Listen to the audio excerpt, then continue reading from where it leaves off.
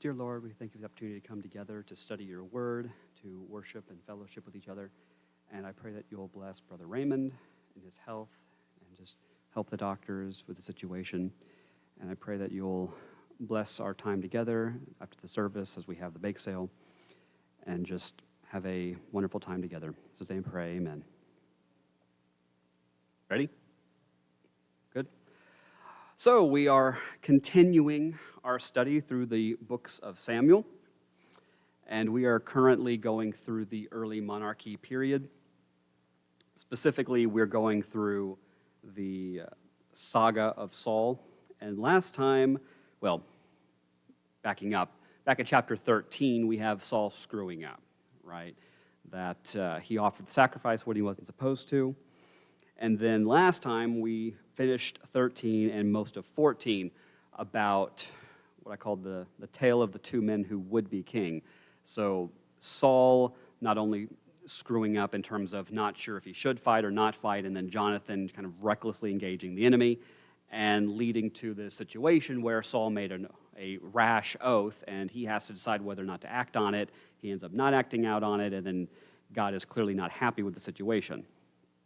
So we talked about last time how we see this sort of bipolarness with Saul, that at times he can be overly cautious, almost cowardly, and at other times he can be so impetuous that he's almost reckless. And I kind of had this, I couldn't get the image out of my head, but it kind of reminds me of the Batman villain Two-Face, who is just sort of constantly at war with his inner self, right? He's got the normal, everyday lawyer side, and he's got the villainous side, and he's just constantly at war with the two halves. And that's kind of how I'm seeing Saul right now. And maybe this is setting up some of the mental problems we know he's going to have later on, which is rather obvious in the text that he's got some sort of mental breakdown coming. So we will begin with chapter 14, verse 47. And here we get a rather interesting little addition to the end of 14. It's going to be sort of a summary of Saul's time as king. I'll go ahead and read it. When Saul assumed the kingship over Israel, he fought against all his enemies in every direction, against Moab, the Ammonites, Edom, the kings of Zobah, and the Philistines. Wherever he turned, he caused havoc. He fought bravely, defeated the Amalekites, and delivered Israel from the hand of those who plundered them. So there's a lot going on in these two verses. First of all, we get a nice summary of the feats of Saul while he was king. And I don't think we give enough credit to Saul.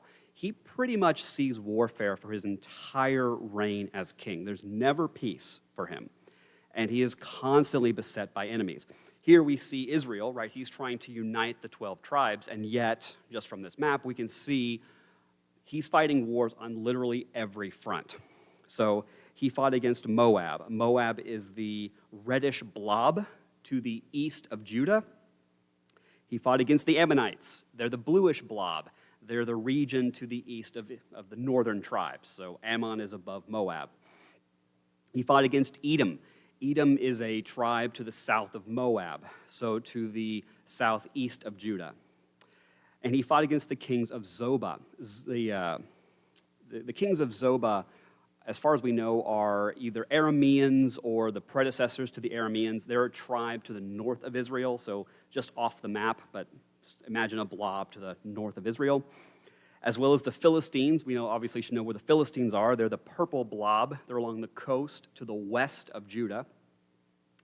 And then we get this brief mention to the Amalekites.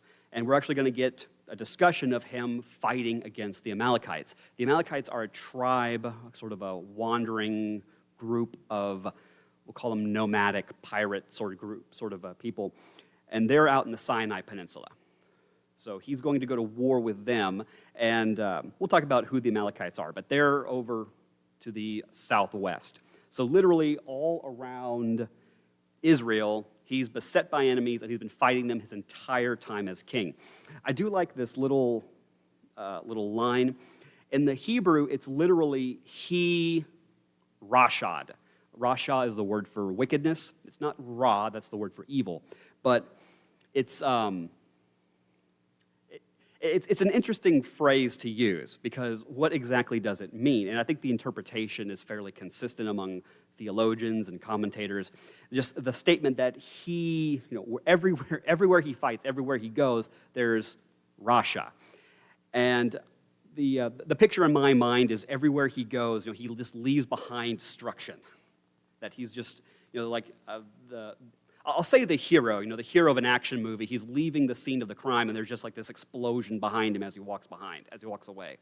So everywhere he goes, there's devastation, there's havoc, there's destruction. Within the immediate context, there's of course the question, is this a positive thing? Is he the bull breaking all the china because he needs to? Almost like Samson, right? That Samson, yes, he did a lot of what God wanted him to do, but he also did a lot of bad things. So, yes, Samson is this, he's just a grenade that goes off and causes collateral damage. Yes, he destroys the Philistines, but he also does a lot of damage to Israel. So is Saul kind of being put in that category?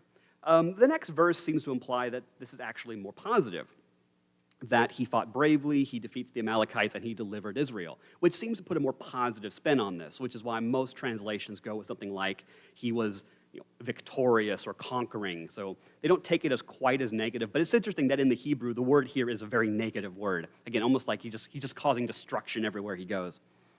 What's particularly interesting about these two verses is we get this summary of his time as king.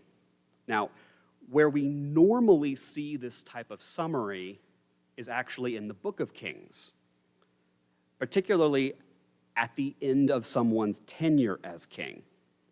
So here we're actually getting it more or less in the middle of Saul's story, which raises the question, why are we getting the summary of Saul's time as king here in the middle of his story?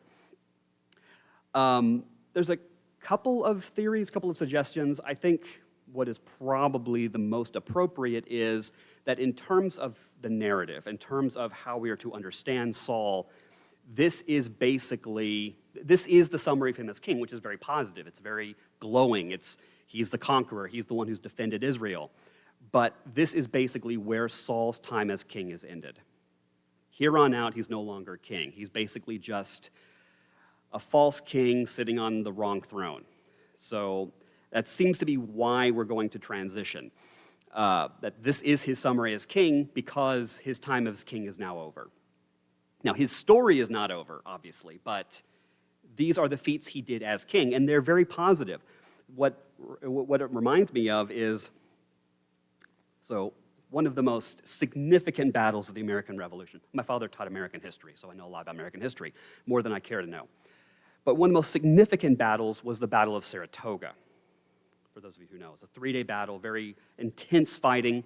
It was overseen by General Horatio Gates, but it was not won by Gates. So there were very famously 4 commanders who oversaw the troops on the American side. And there is a beautiful monument, just a gorgeous monument. It's an obelisk. But in the obelisk, there are these nooks. There are 4 nooks, one on each side, that have a little niche that they can put a statue in, one for each of the 4 commanders. Now, to the north is Horatio Gates, the head general.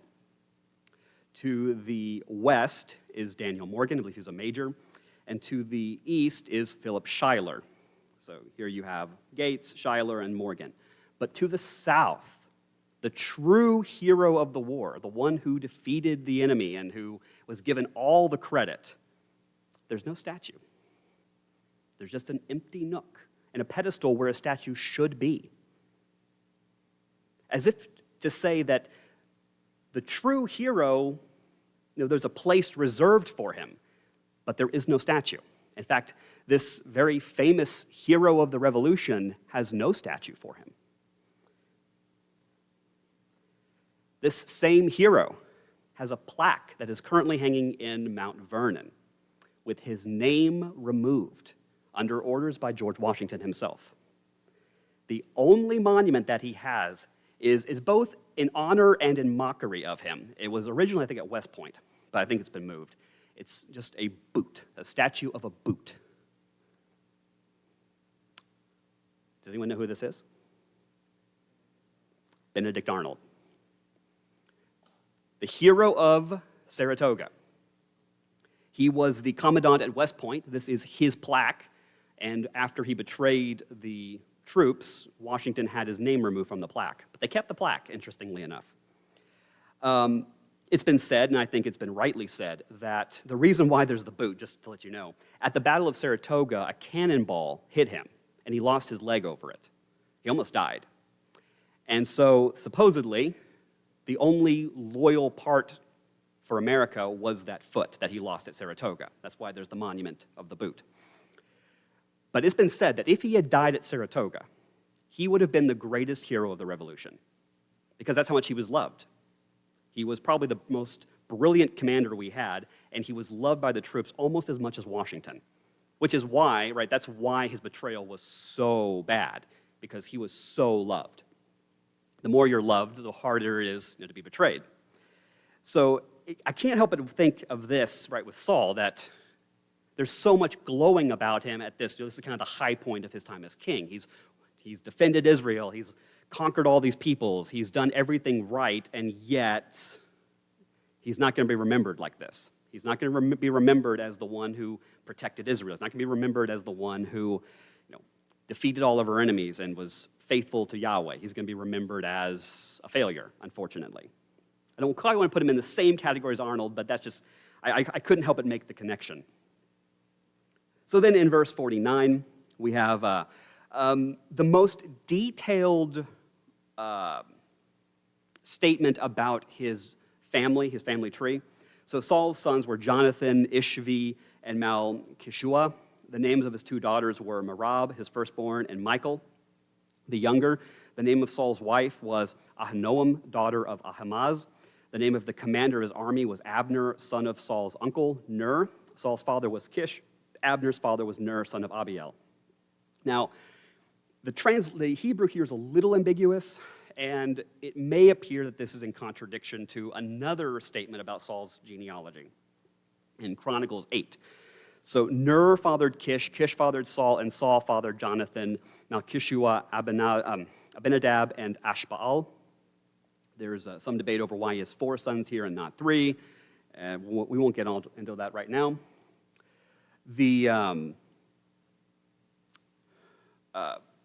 Probably the best way to explain the discrepancy, if we can call it that. So the ESV, I think, gives a little more literal, albeit awkward translation. So the name of the commander of his army was Abner, the son of Ner, and then set to the side, Saul's uncle. So there's some ambiguity about who is Saul's uncle. Is it Ner or is it Abner?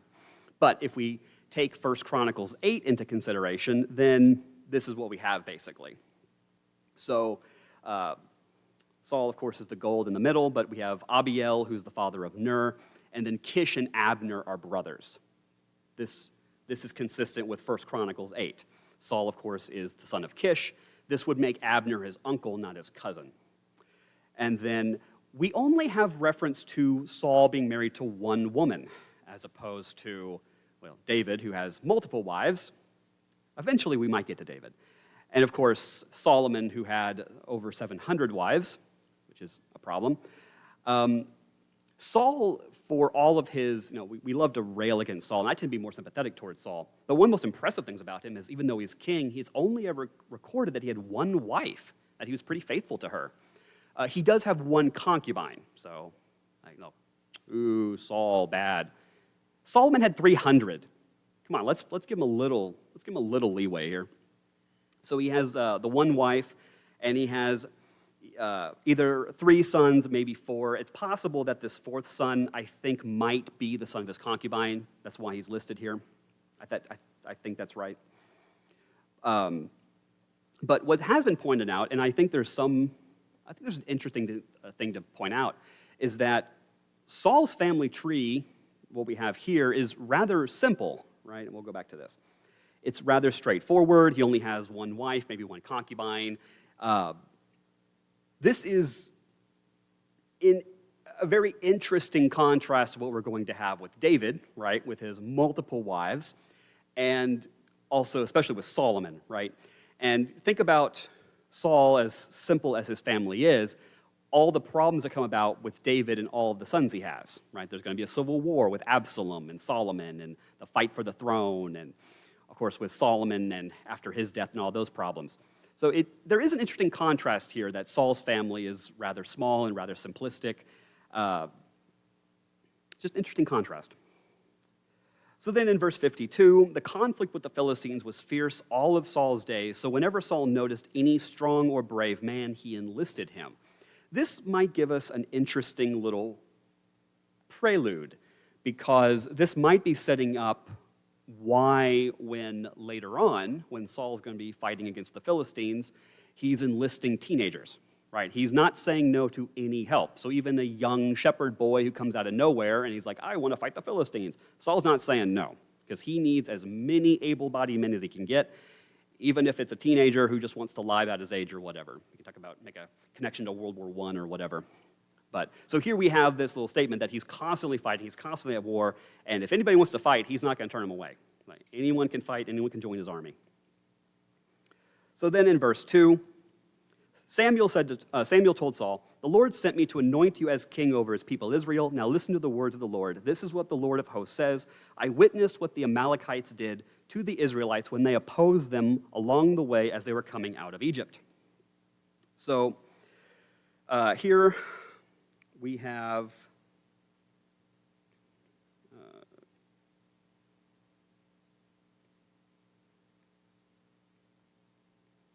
I've forgotten why I put this map here. We'll move on. So this is probably a reference to Exodus 17. So beginning in verse 8, at Rephidim, Amalek came and fought against Israel. Moses said to Joshua, select men for us and go fight against Amalek. Tomorrow I will stand on the hilltop with God's staff in my hand. Joshua did as Moses had told him and fought against Amalek while Moses, Aaron, and Hur went up to the top of the hill. While Moses held up his hand, Israel prevailed, but whenever he put his hand down, Amalek prevailed. When Moses' hand grew heavy, they took a stone and put it under him and he sat down on it. Then Aaron and Hur supported his hands, one on the one side and one on the other, so that his hands remained steady until the sun went down. So Joshua defeated Amalek with his army with the sword, and his army with the sword. We only get a few verses with Hur. There's some debate over who he is. The prevailing tradition is that this is Miriam's husband, but that's just an old Jewish tradition. We don't actually know who he is or the name of her husband because it's just never given directly. I think maybe the reason why I put this here is just to remind you that this is the wilderness wandering, and they're somewhere in the Sinai Peninsula. Also, the Amalekites are just a wandering nomadic tribe, wandering around in the south, down there in the Sinai Peninsula. So then in verse 3, now go and attack the Amalekites and completely destroy everything they have. So this statement of destroy everything, this raises one of the multiple issues with this chapter, that being the concept of the ban. That is that there are certain cities that Yahweh has said you must wipe out completely. We mostly associate this with Joshua, and it's hard not to think of Joshua when we have this language. So the three main cities that Joshua is commanded to destroy, although there are others that have that language, but of course Jericho, Ai, and Hazor, God tells him directly, you must wipe out everyone. You got to kill the men. You got to kill the women. You got to kill the children. You got to kill the animals. You can't leave one stone left unturned. And of course, this raises all kinds of ethical questions about just war and righteous war, and how can God order his people to kill babies? And the people go, well, he doesn't really say that. We'll get to that.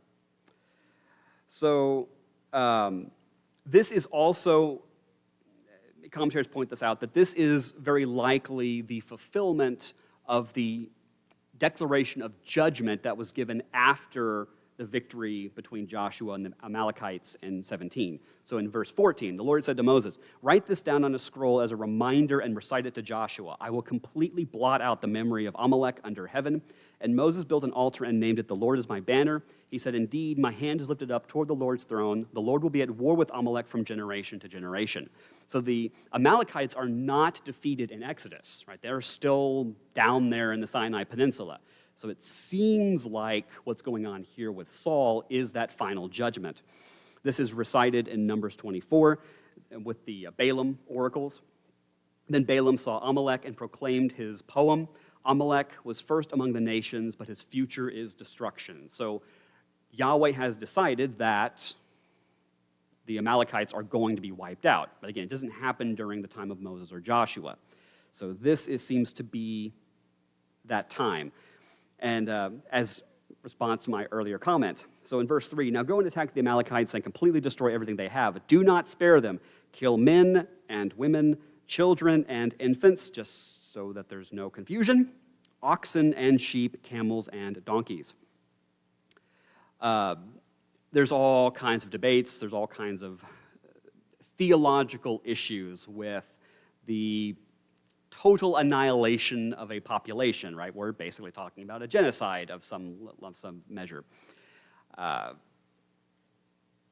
don't have much of an answer beyond the rather obvious, that God is righteous and he has declared that this people needs to be destroyed. Some people are not happy with that answer because they think that it conflicts with their views of ethics or whatever. I don't think we necessarily need to go too far into it, other than that this is just what the Bible has and what the Bible says. The idea of what in other circles refers to as the ban, something is marked for destruction, right, comes from a couple of passages. We can look at Deuteronomy 20. So in verse 16, however, you must not let any living thing survive among the cities of these peoples the Lord your God is giving you as an inheritance. You must completely destroy them, the Hittite, Amorite, Canaanite, Perizzite, Hivite, and Jebusite, as the Lord your God has commanded you, so that they won't teach you to do all the detestable things they do for their gods, and you sin against the Lord your God.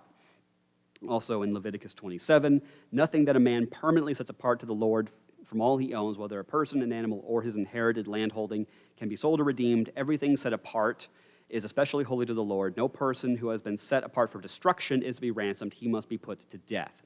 So if Yahweh has determined that something is holy or set apart, it can only be dedicated to him. And if he has determined that whatever is dedicated must be destroyed, then you do not have the authority not to destroy it. So once Yahweh says, this has been marked for destruction, you have to destroy it. Interestingly enough, this is not the most controversial thing about this chapter. So verse 4. Then Saul summoned the troops and counted them at Telaim, 200,000 foot soldiers and 10,000 men from Judah. Saul came to the city of Amalek and set up an ambush in the wadi. A few things. So first of all, we have absolutely no idea where Telaim is. Best guess is it's somewhere in the Negev desert. Most likely Ziklag is, so Ziklag is the dot to the kind of northwest of where the border is of the yellow. So somewhere in this yellow circle, we think, is probably where it is.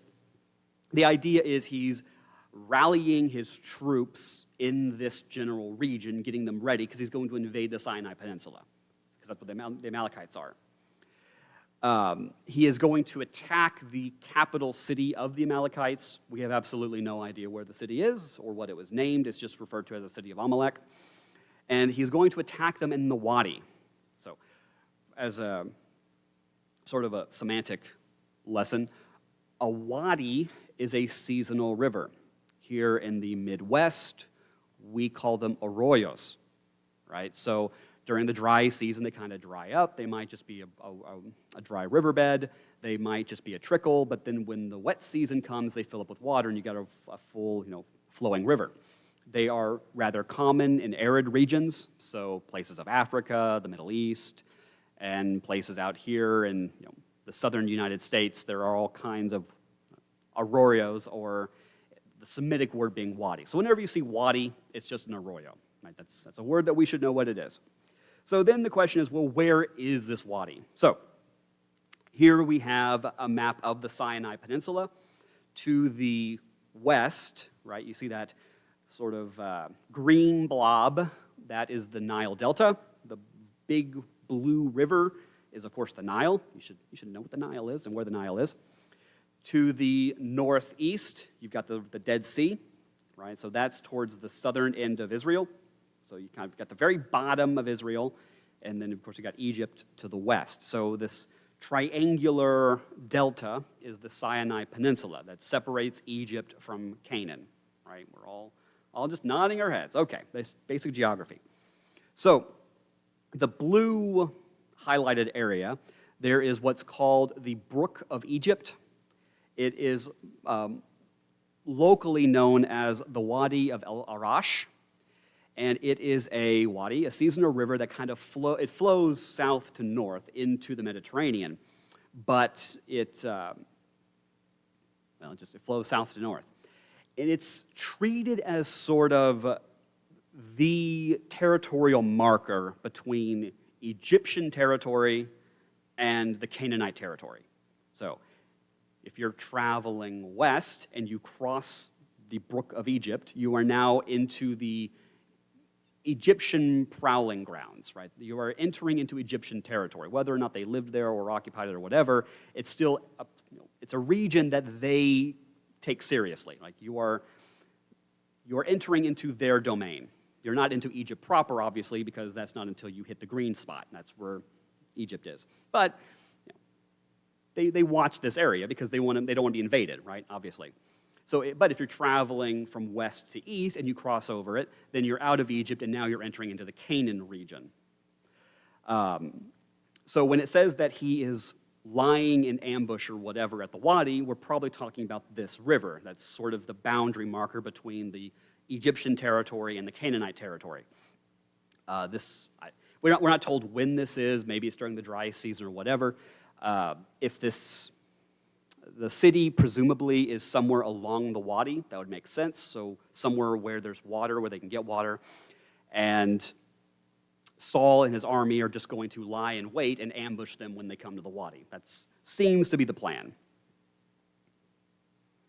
So in verse 6, he warned the Kenites, since you showed kindness to all the Israelites when they came out of Egypt, go on and leave, get away from the Amalekites, or I'll sweep you away with them. So the Kenites withdrew from the Amalekites.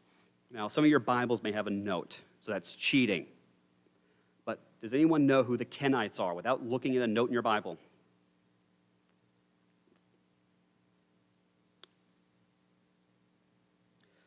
The Kenites are another name for the Midianites. So Midianites are those who lived in the region of Midian. There's some debate over why they're called the Kenites. Some attribute it to an ancestry. Some attribute it to that was the name of their sort of capital city. We have no idea. But the Kenites are the Midianites. And of course, the most famous Midianite is Moses' father-in-law, Jethro. So in Judges 1:16, the descendants of the Kenite, Moses' father-in-law, had gone up with the men of Judah from the city of palms, which is Jericho, to the wilderness of Judah, which was in the Negev of Arad. They went to live among the people. So the Kenites are the descendants of the Midianites who have historically been allies with the Israelites, right? They're the same people as Jethro, and they gave help to the Hebrews as they were going through the wilderness. And even during the conquest, they gave aid to Joshua and his troops, and have always just been on good terms with them. So they're apparently still, we'll call them Midianites, living in the Sinai Peninsula, and Saul has already gone or sent messengers to warn them, there's going to be a war, and we don't want to accidentally kill you because we mistake you for Amalekites. So you should get away with your family or whatever and seek refuge while the war is going on. So if you're just sitting there wondering, oh no, there's going to be a war, what's going to happen to Jethro's family? They're taken care of, okay? They're fine, they're safe. And I know you're worried about that. You completely forgot about the Midianites. Don't lie. You have no idea where they were or what they're up to. So in verse 7, then Saul struck down the Amalekites from Havilah all the way to Shur, which is next to Egypt. So he just swept through the Sinai Peninsula. It took Moses 40 years to get through the Sinai Peninsula. It took Saul a couple days. I don't know. He captured Agag, king of Amalek, alive, but he completely destroyed all the rest of the people with the sword. Saul and the troops spared Agag and the best of the sheep, cattle, and choice animals, as well as the young rams and the best of everything else. They were not willing to destroy them, but they did destroy all the worthless and unwanted things. Oh boy. Oh boy. So the Amalekites were under the ban. They were supposed to be completely wiped out, right? Men, women, children, and all the goods. This has, I didn't make a slide for it, but this seems a lot like the sin of Achan, right? They went through and they're supposed to destroy everything, but there's some goods that he thought were really valuable, and so he hid them, and it led to problems. So Saul has let the king live, presumably maybe to ransom him or to use him as some sort of political bartering or whatever. And of course, he wants to spare the best of the cattle and the goods and whatever they've taken as plunder. So then in verse 10, then the word of the Lord came to Samuel. I regret that I made Saul king, for he has turned away from following me and has not carried out my instructions. So Samuel became angry and cried out to the Lord all night. So Samuel knows that Yahweh is not happy and that Saul has disobeyed a direct command. And this is where we get to what I'll say is the more frustrating issue with this chapter.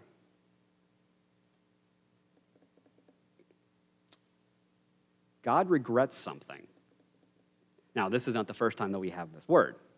Probably the most, I'll say the more theologically significant passage where we have this word is in Genesis 6. So in verse 5, the Lord saw that the wickedness of man was great in the earth, and that every intention of the thoughts of his heart was only evil continually. And the Lord regretted, nacham in Hebrew, that he had made man on the earth, and it grieved, atzav, him to his heart. So the Lord said, I will blot out man whom I have created from the face of the land, man and animals, and creeping things, and birds of the heavens, for I am sorry, nacham again, that I have made them. So here we actually have two words. So Genesis 6 is fun for a lot of reasons. Here we have two words that are problematic theologically. We have nacham, the idea that God can regret something. And we can say, well, it doesn't really mean regret. I mean, fair enough, but then what does it mean? What word could we substitute that you're not going to have a problem with? The other word here is grieved. And generally how this is understood and interpreted is the word grieved, here the word atzav, means to inflict pain. But I think we can make a distinction. I've actually had to study both of these words, atzav and nacham. Atzav seems to be internal pain. So it can be emotional pain, it can be psychological pain. But it is still pain. That's how it's always used. So, and this bothers people, to think that Yahweh can be hurt. He can experience on some level. It's not exactly like we do, fair enough, but we still have to understand it through analogy, right? That on some level, he can experience pain, at least an internal sort of emotional pain. Now, it's not like we do, obviously, but it is still on some celestial, theological level, he can experience pain. That bothers some people, to think that God can make himself vulnerable to the point that he can experience pain on some level. I think the Bible plays this out in multiple places where God clearly does show emotion and can be grieved, so that doesn't bother me as much. The other one that bothers me is this nacham word, because whether we take it as sorry or regret or some other synonym, because we're just playing semantic games, it's a problem, right? To think that God can choose something and then have buyer's remorse. Because what does that do with predestination? What does that do with foresight? What does that do with other issues? We're going to come back to this. We're not done, don't worry. Because this is not the only time we're going to see this word in this chapter. We're going to see it at least 2 more times. So yeah, this isn't going away. Verse 12. Early in the morning, Samuel got up to confront Saul, but it was reported to Samuel. Saul went to Carmel, where he set up a monument for himself. So Carmel, that's where Elijah had the confrontation with the prophets of Baal. And Saul here has apparently built a monument or some sort of memorial for himself. So, he's getting into the swing of being king. He's building his own monuments, which, that's what other kings did. Then he turned around and went down to Gilgal. That's, of course, the headquarters that Joshua used when he fought against, when he invaded or conquered Jericho. And this has been largely Saul's headquarters for most of his time as king, right?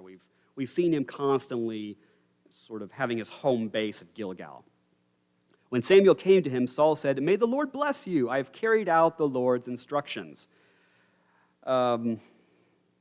It makes you wonder, right? Is Saul just that obtuse?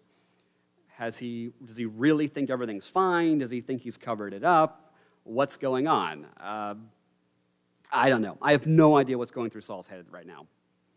So in verse 14, Samuel replied, and this is probably one of the best rhetorical questions in the Bible. "What is this sound of sheep and cattle I hear?" So Saul has apparently brought the goods with him to Gilgal for whatever reason. This is not a very good, so he's obviously not covering it up, right? He's not trying to hide the spoils that he did. So in verse 15, Saul answered, "The troops brought them from the Amalekites and spared the best sheep and cattle in order to offer a sacrifice to the Lord your God, but the rest we destroyed." Was this really the plan? Or now that he's got his hand caught in the cookie jar, he's trying to cover it up and be like, "Oh, well, this is supposed to be an offering to Yahweh"? I have no idea. I have absolutely no idea. But even giving Saul the benefit of the doubt, it seems like Saul is just constantly screwing up. So even taking him at his word that he really thought this was a good idea, this was not a good idea. So he's like, well, we'll take the best and then we'll use it as an offering to Yahweh. This is clearly not what Yahweh asked him to do. So in verse 16, "Stop," exclaimed Samuel. "Let me tell you what the Lord said to me last night." "Tell me," he replied. I can just sort of playing this out in my head, Saul, for whatever reason, whether because he's covering his tracks or he's excited or whatever, he's trying to explain to Samuel why he did what he did, and Samuel is just so frustrated with Saul that he just has to yell "stop" at him, like, just shut up. Because it's like, you've already dug yourself into a hole, stop digging. When you're in over your head, just put the shovel down. All right? So verse 17, Samuel continued, "Although you were once considered yourself unimportant, have you not become the leader of the tribes of Israel? The Lord anointed you king over Israel and then sent you on a mission and said, 'Go and completely destroy the sinful Amalekites. Fight against them until you have annihilated them.' So why didn't you obey the Lord? Why did you rush on the plunder and do what was evil in the Lord's sight?" So here, because we've seen this before, right? Like we saw this with the sacrifice issue in chapter 13, where it seems like when Saul offered the sacrifice, we're not really clear on what the sin was, because we've seen people before offer sacrifices and it wasn't as big of a deal. But when Saul does it, it's wrong all of a sudden. And it seems like we're missing something from the context, that there was something in the instructions that Saul was supposed to know so as not to do the sacrifice, as if we're missing a verse almost where Samuel said, "Look, just go and wait and don't do anything until I show up." It's like we're missing this little vital piece of context. And so then Saul, who's tired of sitting on his hands, offers a sacrifice because he just wants to get it over with. And then Samuel shows up and he's like, "What did you do? We're supposed to just wait." Here, Samuel is reminding him, you were told, right? Just kill everything. Don't spare anything. Don't bring it back to Gilgal. Just wipe everything out. That's all you had to do. And you couldn't do it. So here at least we know Saul knew what he was supposed to do, and he didn't do it. And then we get what's probably the most famous verse in this chapter, probably one of the most famous verses in 1 Samuel. It's the next verse. But here in verse 20, "But I did obey the Lord," Saul answered.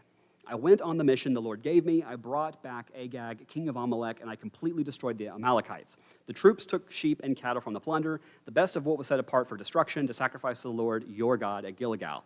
To me, this is reminiscent of Eve in the garden. So he's trying to kind of backpedal and be like, I did do what I was supposed to do. It was the troops' fault. It was this, it was that. He's trying to kind of pass the buck. Like, I did what I was supposed to do. And this isn't going to fly, right? Saul is king. Saul was over the troops. He knew what was going on. He should have handled this better, obviously. He is king. he's responsible for good or bad, right? If everything goes well, he gets the credit. If everything goes well, if everything goes well, Yahweh gets the credit. If everything goes wrong, he gets the blame. So it's very convenient for Yahweh. I said it. Then we come to the most famous verse in 1 Samuel. So, verse 22, then Samuel said, does the Lord take pleasure in burnt offerings and sacrifices, as much as in obeying the Lord? Look, to obey is better than sacrifice, to pay attention is better than the fat of rams, for rebellion is like the sin of divination, and defiance is like wickedness and idolatry. Because you have rejected the word of the Lord, he has rejected you as king. This morning I was teaching at another church, and we were in Amos 5 and 6. And there you have almost the exact opposite situation, where Amos says, you are offering sacrifices continually, but because you're in such disobedience, the sacrifices have become tainted, right? Yahweh is sick of your sacrifices. So here we kind of get the other side of this conversation, where Samuel is saying, right, that if you're living in disobedience, sacrifices don't matter. Now, I don't think that Samuel is saying sacrifices don't matter at all, that you shouldn't do them. The idea is you should only do them or can only do them when you're living in obedience. So by disobeying, you've already tainted the sacrifices. Right? So even if you do offer up these cattle or whatever, the fact that you did it in disobedience means they're worthless. Yahweh doesn't want them. He would rather not have them than a sacrifice offered through disobedience. And maybe this is sort of giving us some insight into what happened with the earlier sacrifice, that Saul was being disobedient through the act. But again, we just don't have enough context for verse 13. But then in 24, Saul answered Samuel, I have sinned, I have transgressed the Lord's command and your words, because I was afraid of the people, I obeyed them. To me, this is a very interesting verse. This is a very interesting verse. Because we not only have Saul acknowledging his sin, acknowledging his failure, but here I think we actually do get some honesty from him. Why he did this. Because he was afraid of what the people would think. Because maybe the troops said they wanted the cattle. Maybe the troops said that they felt like they deserved some payment for their fighting. And so Saul, worried that the people would rebel, worried that he would lose the confidence of his troops or whatever, just gave in to his men. Why? And I think that the use of the word afraid here is significant, because earlier, right, in chapter 12, which is in Samuel's farewell address, he gives, and we talked about this a couple weeks ago. So in verse 14, he says, if you fear the Lord, worship and obey him, and if you don't rebel against the Lord's commands, then both you and the king who rules over you, then you will follow the Lord your God, and then you'll be blessed, and he goes on. And what I said was, I think that this verse is very interesting because it sets up the tension between the two types of kings. There are those who will serve Yahweh, and there are those who won't serve Yahweh. And we see this play out throughout the book of Kings, Kings 1 and Kings 2, that almost every king gets a sort of like a grade. Well, let's call it that. There are those who walked in the ways of his father David, and there are those who do not walk in the ways of their father David. And this is how we generally break down the kings of Judah. So you have the yellow kings, who are those that followed David, and then you have the red kings. Those are who are the ones who rejected the ways of David, who walked in the ways of their, the father Rehoboam. And I like the idea of tying this, those who are obedient and those who are disobedient, with Samuel's verse in 12:14, that there are two types of kings, right? There are those who fear Yahweh and those who don't fear Yahweh. Now, in Kings, the not fearing Yahweh are generally because they're fearing other gods, right? They're following Baal or Ashtoreth or Molech or whoever. So you have those who are true to Yahweh and those who have rejected Yahweh. But here in verse 24, Samuel, it seems like Saul's sin, that Saul's problem here is not that he has, I think this puts Saul in an interesting position in terms of Israel's kings. It's not that he's rejected worship of Yahweh. He seems to be very committed to Yahweh. He seems to be very faithful to Yahweh through his entire life. The issue is that he's come to the point where he fears his own men. He fears humans more than he fears God. So it's not that he fears the other gods, like what some of the pagan kings, the idolatrous kings do. It's just that, so again, it puts him kind of this weird middle ground. He's not wicked in that sense. He's not evil. That's why I don't want to put him in the red, but he's not a righteous king because he's lost that fear of Yahweh. And instead, he's given in to the demands of his people. He's given in to the fear that his people might rebel against him or think less of him or whatever. And so because of that, he's not being as loyal as he should. Again, which kind of puts him in this very interesting middle category. So then in verse 25, now therefore, please forgive my sin and return with me so I can worship the Lord. Verse 26, Samuel replied to Saul, I will not return with you because you rejected the word of the Lord. The Lord has rejected you from being king over Israel. Now, we already know that Saul has had his authority revoked. And it seems like here we're just getting it confirmed. Like the decision has already been made, but now it's just even more so. It's sort of, I guess, the final nail in the coffin.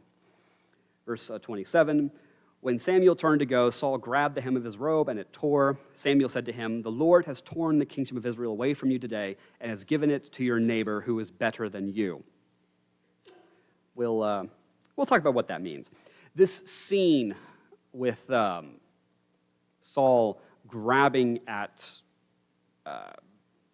the prophet's cloak and him tearing it away, this is going to play out in another context. Is this familiar? Who's the other person that does this?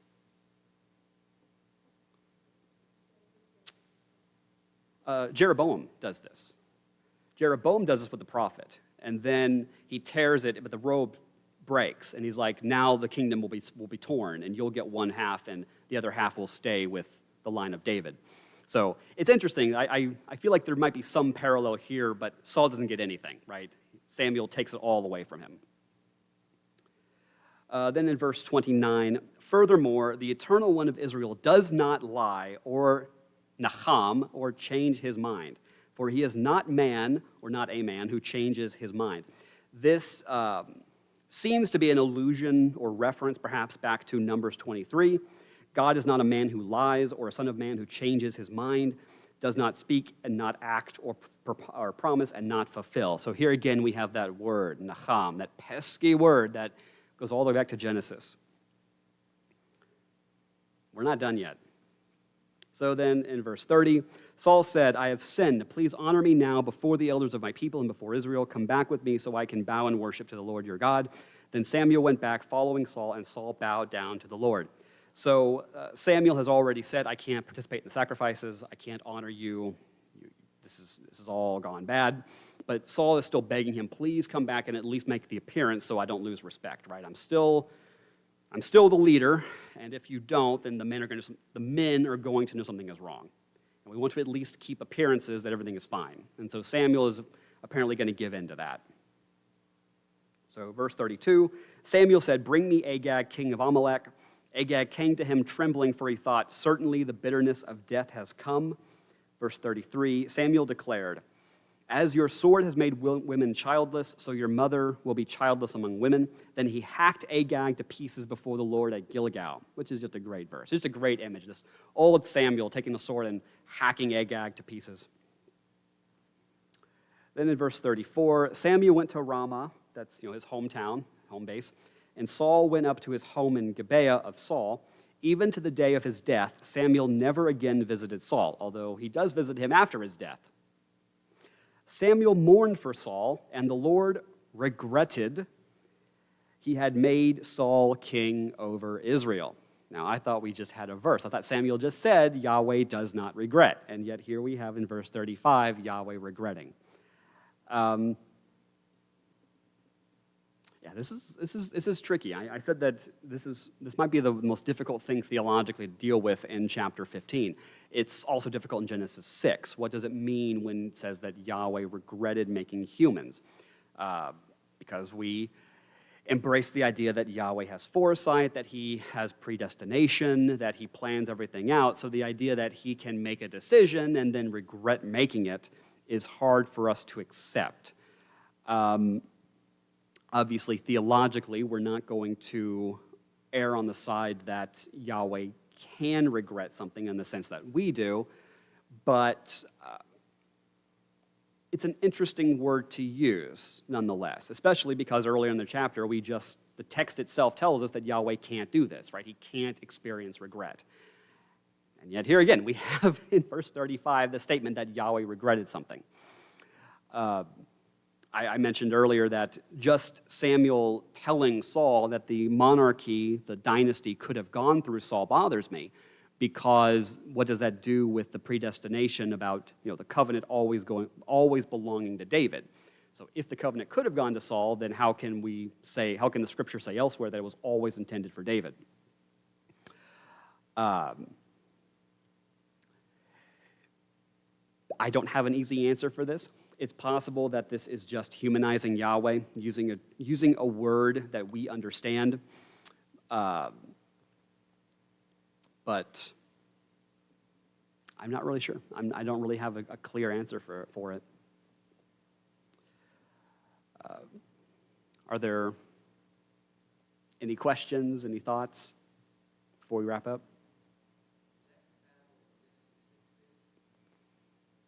Well, I think we read 6 through 8 or 6 through 9 earlier. I think so. No, it was at the beginning. Well, if we're done, you can wrap up. You can close us. I sure thought you were going to repeat the old joke about the wadi. Do you know what a wadi is? It's a wadi without any wadi in it. I thought you... I know that's bad. That was what one of the Old Testament professors told us. That was his joke. I still remember that. I do remember something from Bible college, right? At least one thing. All right. Well, we'll dismiss, and we'll go to the fellowship hall and get ready to have this bake auction. One of my favorite things we do. Brother John, if you'll warm up your voice by closing us in prayer, then we'll be dismissed.